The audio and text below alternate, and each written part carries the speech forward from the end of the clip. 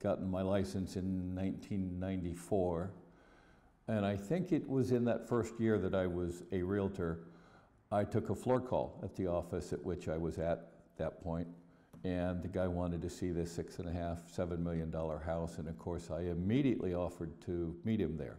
And he also mentioned that his girlfriend was going to drop him off, so could I give him a ride after we finished looking at the house, which I agreed to do. We looked at the house, and he immediately started talking about the money he was coming into, just like that lady who had sued McDonald's over the hot cup of coffee that she spilled. So I knew he didn't have the money to buy the house. We were standing in the kitchen. He asked me to show him the basement. And some little voice that I finally listened to said, "Don't go down the staircase in front of this guy." I think the bells had been going off for a while. I had ignored them. I didn't ignore them that time. I let him go down the stairs, look at the basement. He didn't want to see any more house after that. I gave him a ride home, tried to follow up with him. Never got a return phone call. Not long after that, two elderly gentlemen in the neighborhood were beaten to death. One was in Atherton, one was in Menlo Park. They were mugged for some jewelry, and they both died. Pretty soon the police announced they were looking for this particular person, and I looked in my files, and this was the guy that I had showed that house to.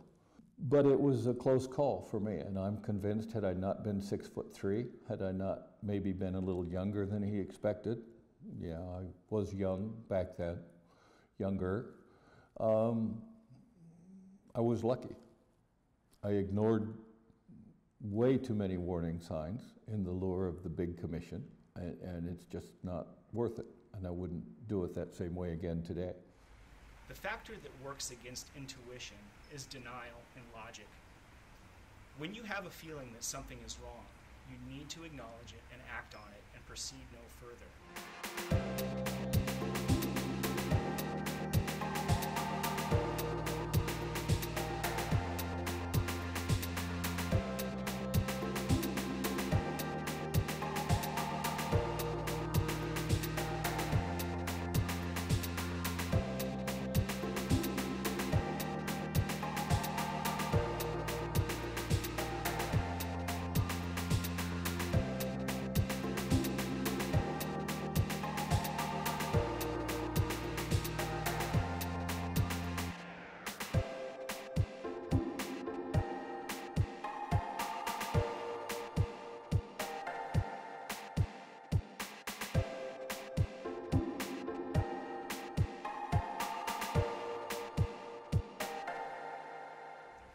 It's easy to overlook your intuition, especially if you're motivated by a big commission or the opportunity to make a sale. Never let that override your natural instinct to protect yourself. The first house that I sold, we went to go do the final walkthrough. So I met my clients, the man, wife, and the adult son at the property, and we pull up, we come walking up to the front door, and on the front door there's a pink paper, and it was taped on, and it was from the police department that the alarm had gone off the day before, and the police came and they searched the perimeter and they made sure that everything was okay. And so they just checked off false alarm. And we walk inside and the alarm didn't go off. And I thought, gosh, that's strange, because usually the alarm always goes off. And I figured, oh well, someone didn't set it. So we're looking around and looking at everything, and we go out back and we're looking around the backyard and the house, and in the bushes I find a backpack. And in the backpack, there was someone's clothes and towel and bathroom stuff. I thought, geez, this is weird. I guess someone's coming and using the hose or something. So we go inside and we're looking around. I looked in one of the closets and she looks in the other, and when she opened the closet, she turned all white and she closed it, and I said, "What's wrong?" And she said, "I saw feet. There's a man in the closet." And I was like, "Oh no, a man!" So we screamed and the boys came running in and they pounded on the door and they said, "You need to come out of there." So the door shakes open and the guy's standing there holding his grocery bags with his stuff. He's like, "I'm sorry, I'm sorry." They said, "Get out of here." So he grabs his stuff and he hurries outside. So I call the listing agent and I said, "You wouldn't believe it, listing agent. You know, I saw that form and I found a backpack and I found the guy that's in the house. There's a squatter in here." And she goes, "Oh my gosh, call the police." So I hung up and I called the police. And we were just scared. We thought, gosh, there was a guy in here. And so I was really lucky that I wasn't all by myself. And it was basically like a breadcrumb trail leading me to the guy, and I should have probably stopped and not proceeded because I saw the note. The alarm wasn't on. I found his stuff. I should have stopped, called the police, had them come look it over, and once they decided it was safe, then go in there and finish what I was doing. Nothing can be more surprising for a real estate professional than showing up to a property and finding an unwelcome guest inside. There are some steps that you can take to avoid or mitigate that possible scenario.